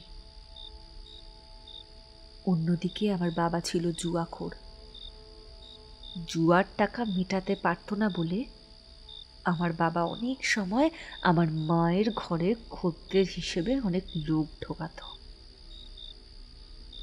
আমার মা আমাকে সব সময় আড়াল করে রাখত, কিন্তু একদিন আমার বাবা হঠাৎই আমাকে আর আমার মাকে স্টোর রুমে বন্ধ করে দিল। রাতের বেলায় বাবার কিছু জুয়াখোর বন্ধুরা একসঙ্গে ওই ঘরে ঢুকে এলো। সেদিন বাবার দেনাটা একটু বেশি হয়ে গিয়েছিল জানো। একজনের সাথে একজনকে ফ্রি না দিলে হয়তো বাবার দেনা মিটত না। আমার আর আমার মায়ের শরীর ফালা করে দিল সেই লোকগুলো। যখন তারা ঘর থেকে বেরিয়ে গেল, তখন ঘুলঘুলি থেকে ভোরের আলো প্রবেশ করছে। ওই আলোতেই আমি নিজের সর্বশান্ত হওয়া শরীরটাকে টেনে টেনে নিয়ে আমার মায়ের কাছে গেলাম। মায়ের ততক্ষণে প্রাণ বেরিয়ে গেছে। সেই দিনের শারীরিক অত্যাচার আমার মা সহ্য করতে পারেনি। আমি নিজেকে কোনো রকমে দরজার কাছে নিয়ে গিয়ে বাবাকে ডাকলাম, চিৎকার করে বললাম, বাবা, মা মরে গেছে। বাবা ভয় পেল,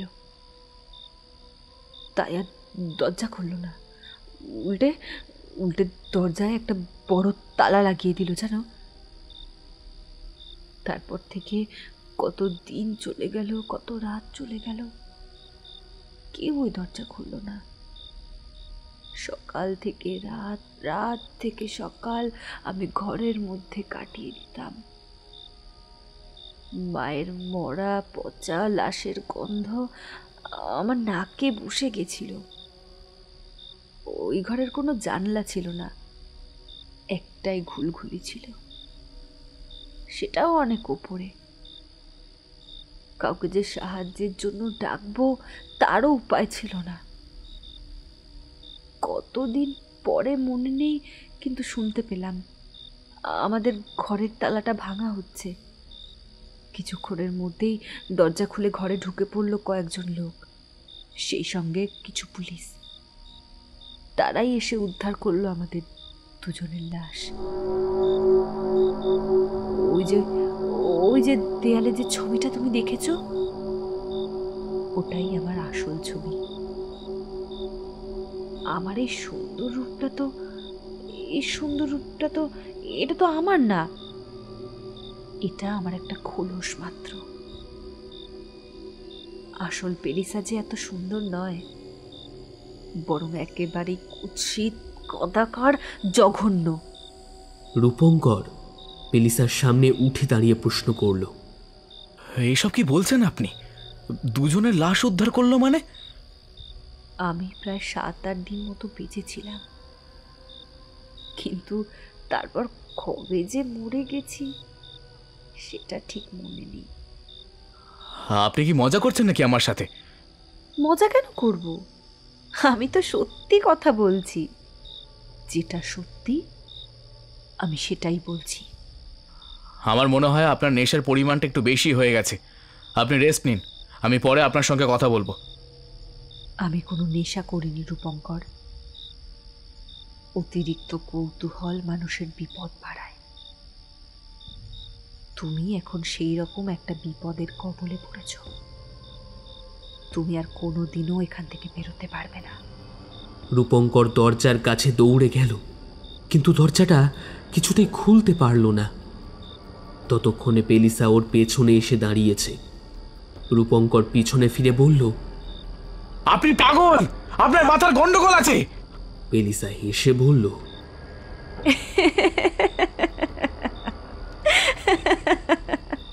তুমি তো এসেছো নিজের ইচ্ছেতে, আমি তো তোমায় ডাকিনি। কিন্তু এখন আমি যদি তোমায় না বেরোতে দিই, তুমি কোনো দিনও বেরোতে পারবে না। তুমি আমায় পাগল ভাবছো, কিন্তু আমি যে পাগল নই। তোমাদের ভাষায় আমি হলাম অশরীরী।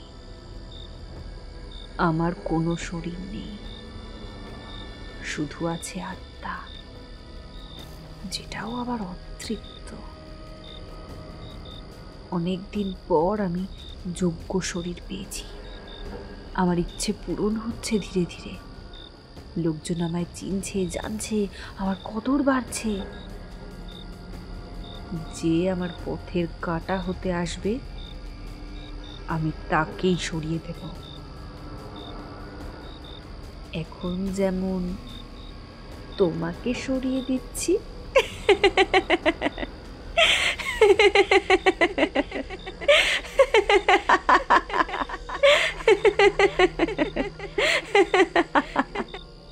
পেলিসা হাসতে হাসতে এগিয়ে এলো রূপঙ্করের দিকে। রূপঙ্কর পেলিসাকে এক ধাক্কা মেরে আবার ডাইনিংয়ে ঢুকলো। সামনে দোতলায় ওঠার সিঁড়ি। রূপঙ্কর আর দেরি না করে সিঁড়ি দিয়ে উঠে দেখল সামনে একটা দরজা বন্ধ ঘর। রূপঙ্কর সেই দরজায় হাত দিতেই সেটা খুলে গেল। সেই ঘরে ঢুকে ও দরজাটা বন্ধ করে ছিটকিনি তুলে দিল।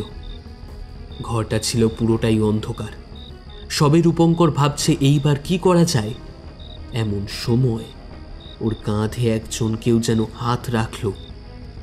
রূপঙ্কর ভয়ে ভয়ে ধীরে ধীরে পিছনে ফিরে দেখল মোমবাতি হাতে এক বৃদ্ধ দাঁড়িয়ে রয়েছে। ভয়ার্ত কণ্ঠে রূপঙ্কর প্রশ্ন করল, আপনি কে? বৃদ্ধ বলল, আমার নাম সদাশিব চৌধুরী। রূপঙ্করের এই নামটা খুব চেনা চেনা লাগলো। পরক্ষণেই মনে পড়ল পেলিসার প্রত্যেকটা গল্প এই সদাশিব চৌধুরীর লেখা। এই নামটা আজ সুশোভন ঘোষালি ওকে বলেছিল। রূপঙ্কর জিজ্ঞেস করল, আপনি আপনি ভূতের মুভিগুলো লেখেন? বৃদ্ধের চোখে এবার জল দেখা দিল। বৃদ্ধ বলল, আমি লিখি না, আমাকে দিয়ে লেখানো হয়। আমার মেয়ে যে ওর কবলে। আপনার মেয়ে? আজ থেকে কয়েক বছর আগে এই বাড়িটা আমি কিনেছিলাম। ভেবেছিলাম নিরিবিলিতে সাহিত্য চর্চা করব। স্ত্রী আমার বহুদিন আগেই মারা গেছে। ছিল এক মেয়ে, নাম তার ময়ূরী। অপূর্ব সুন্দরী ছিল আমার মেয়ে। এই বাড়িটা মোটের উপর আমি খুব সস্তায় পেয়েছিলাম।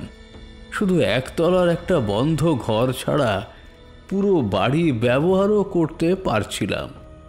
এসে থেকে ওই ঘরটা আমরা কিছুতেই খুলতে পারছিলাম না। কিন্তু আমার মেয়ের বিশেষ নজর ছিল ওই বন্ধ ঘরটার প্রতি। অনেক দিনের চেষ্টার পর সেই ঘরটা খোলাও হলো। ঘরটা খুলতেই একটা পচা গন্ধ আমাদের নাকে এলো। দেখলাম ঘরের মধ্যে একটাও জানালা নেই। অনেক উপরে শুধু একটা ঘুলঘুলি রয়েছে। মনে হলো এটা কোনো কালে স্টোর রুম ছিল হয়তো। আমরাও সেই ঘরটাকে স্টোর রুম হিসেবেই ব্যবহার করব বলেই ঠিক করলাম। কিন্তু সেই দিন রাত থেকেই ঘটল বিপদ। রাতের বেলা একটা শব্দে আমার ঘুমটা ভেঙে গেল। নিচে এসে ওই ঘরের সামনে গিয়ে দেখলাম আমার মেয়ে ওই ঘরের এক কোণে বসে একটা একটা ইঁদুরকে মেরে খাচ্ছে। হ্যাঁ, আমি ওকে ডাকতেই ও আমাকে দেখে কুকুরের মতো চার পায়ে ছুটে ঘর থেকে বেরিয়ে গেল। এটা সাধারণ কোনো দৃশ্য ছিল না। পরের দিন আমি একজন তান্ত্রিককে ডেকে আনলাম, কিন্তু কোনো লাভ হলো না।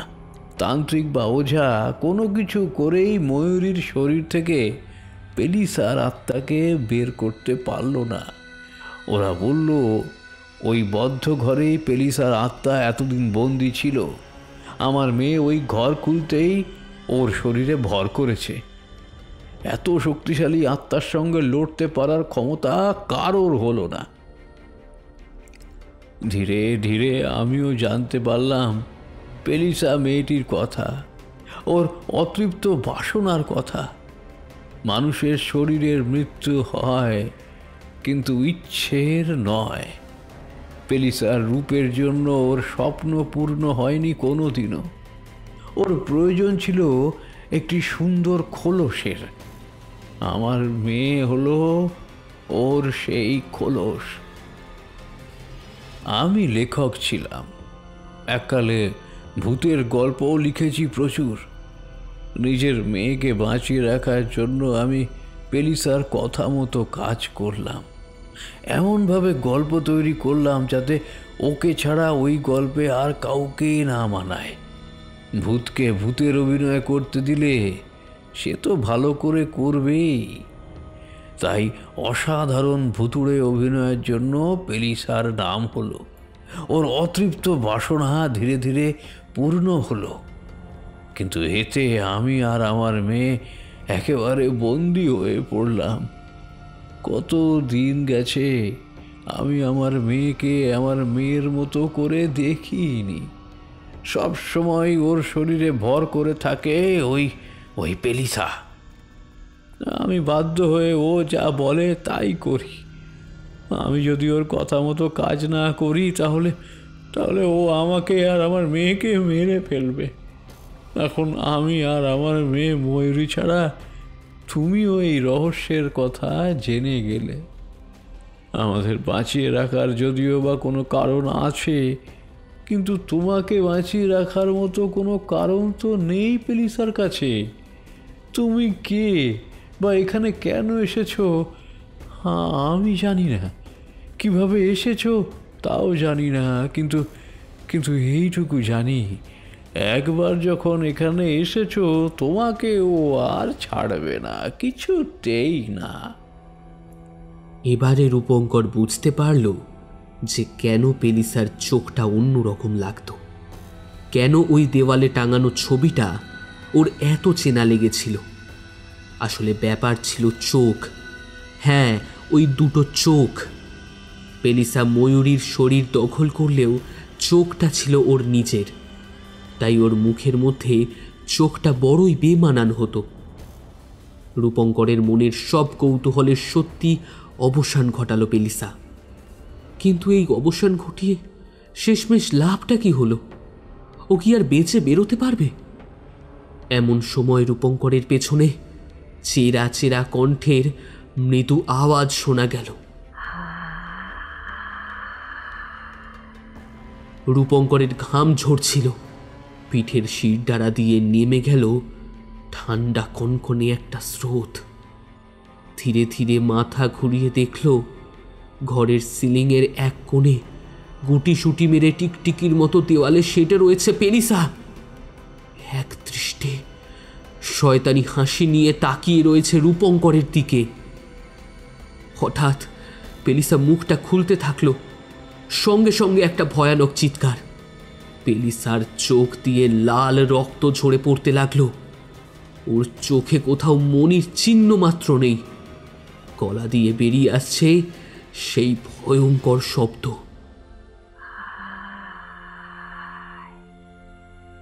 দেওয়াল থেকে ব্যাঙের মতো লম্বা জিভ বের করে পেলিসা ঝাঁপিয়ে পড়ল রূপঙ্করের দিকে।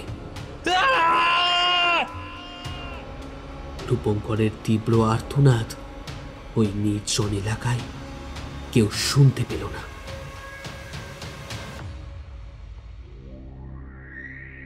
দুদিন হয়েছে রূপঙ্করের কোনো খোঁজ পাওয়া যাচ্ছে না। বাড়ির ছেলে নিখোঁজ হতে রূপঙ্করের মা বোন কলকাতায় চলে এসেছে। পুলিশ ইনভেস্টিগেশন শুরু করেছে। রূপঙ্করের অফিসের সবাইকে এবং সুশোভন ঘোষালকেও এই বিষয়ে জেরা করা হয়েছে। ইন্সপেক্টর রূপঙ্করের বাড়ি সার্চ করে একটা ডেড সেলফোন আর একটা ডায়েরি পেল। সেলফোনটা পুরোপুরি নষ্ট হয়ে গেছে, ওটার থেকে আর কোনো ইনফরমেশন পাওয়া গেল না। কিন্তু ডায়েরি থেকে একটা লিড পাওয়া গেল। ডায়েরির একটা পাতায় লেখা ছিল পেলিসার নাম, ঠিকানা ও ফোন নাম্বার, আর সঙ্গে লেখা ছিল একটা তারিখ ও অ্যাপয়েন্টমেন্টের টাইম, রাত 2টো। তারিখটা সেই দিনের যেদিন থেকে রূপঙ্করের আর কোনো হদিশ পাওয়া যাচ্ছে না। ইন্সপেক্টর রাতুল বোস ওই ডায়েরির কথা কাউকে বলল না। ইন্সপেক্টর ওই নাম্বারে ফোন করল। ফোন তুলল একজন চেরা চেরা কণ্ঠধারী মেয়ে। হ্যালো হ্যালো ম্যাডাম, আমি পুলিশ ইন্সপেক্টর রাতুল বোস। আপনি পেলিসা বলছেন? আপনার নাম্বার আমি মিস্টার রূপঙ্কর রায়ের ডায়েরি থেকে পেয়েছি। উনি 2 দিন ধরে নিখোঁজ, আর শেষবার যে তিনি আপনার সাথে দেখা করতে গিয়েছিলেন সেটা তিনি নিজের ডায়েরিতেই লিখে গেছেন। সুতরাং বুঝতেই পারছেন আপনি কিন্তু প্রাইম সাসপেক্ট। আপনি কি চান ইন্সপেক্টর? আপনাকে বুঝতেই পারছেন, আমি সবাইকে এই কথাটা জানালে আপনার কি অবস্থা হতে পারে। আপনার কেরিয়ার বলে আর কিছুই থাকবে না তখন। তার চেয়ে ভালো যদি আমার সঙ্গে একটু একটু কম্প্রোমাইজ। হ্যাঁ, ঠিক আছে, আজ রাত 2টোয় আসুন। অ্যাড্রেস তো আপনার কাছে আছেই। নিশ্চয়ই ম্যাডাম, আজ রাতে যাচ্ছি তাহলে। পেলিসা কোনো উত্তর না দিয়ে ফোনটা কেটে দিল। রাত 2টোর সময় সেই বিশাল গেটের সামনে পৌঁছালো ইন্সপেক্টর। সেই গা ছমছমে পরিবেশে ইন্সপেক্টরেরও একটু যেন ভয় ভয় করল। বাড়ির গেট খুলতে যেতেই সে এগিয়ে এলো সদরের দিকে। আজ প্রচণ্ড ঝড় উঠেছে, চারিদিকে হাওয়ার শোঁ শব্দ হচ্ছে। ইন্সপেক্টর সদরের সামনে আসতেই দেখল সামনে দাঁড়িয়ে রয়েছে পেলিসা। উফ, কি সুন্দর রূপ তার! পাতলা কালো শাড়ি যেন ওর পুরো দেহকে লুকিয়ে রাখতে পারছে না। ইন্সপেক্টর লোলুপ দৃষ্টিতে পেলিসাকে একবার মাথার উপর থেকে পায়ের নিচ অবধি দেখে নিল। তারপর বলল, ভিতরে আসতে পারি পেলিসা ম্যাডাম? পেলিসা সম্মোহনী দৃষ্টিতে ইন্সপেক্টরের দিকে তাকিয়ে দরজার সামনে থেকে একপাশে সরে গিয়ে বলল, তোমার অপেক্ষাতেই তো এতক্ষণ ছিলাম। এসো, ভেতরে এসো। ইন্সপেক্টর বাড়ির ভেতর প্রবেশ করলেন। পেলিসার ঠোঁটে ঠিক সেই সময় খেলে গেল এক পৈশাচিক হাসি। আর কিছু না বলে সশব্দে সে দরজাটা বন্ধ করে দিল।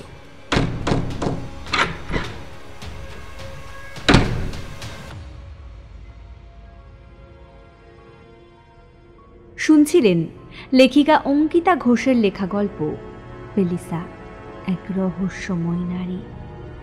গল্প পাঠে শুভম, বস এবং পরিচালক অর্থাৎ সুশোভনের ভূমিকায় সুদীপ, সংবাদ উপস্থাপক এবং সদাশিব চৌধুরীর ভূমিকায় পার্থ, সুবিমল তান্ত্রিক এবং ড্রাইভারের ভূমিকায় গোরা, রূপঙ্করের ভূমিকায় সৌমিক, পুলিশ অফিসারের ভূমিকায় শুভজিৎ কর, পেলিসা এবং গল্পের পরিচিতি পর্বে আমি শিউলি।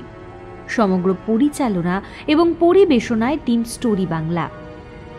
শেষ হলো স্টোরি বাংলার আজকের নিবেদন লেখিকা অঙ্কিতা ঘোষের লেখা গল্প পেলিসা, এক রহস্যময় নারী। আগামী সপ্তাহে আমরা ফিরে আসব আরও একটি নতুন রোমাঞ্চকর গল্প নিয়ে। ততদিন ভালো থাকুন, অন্যকে ভালো রাখুন, আর অবশ্যই শুনতে থাকুন স্টোরি বাংলার প্রত্যেকটি গল্প। স্টোরি বাংলা,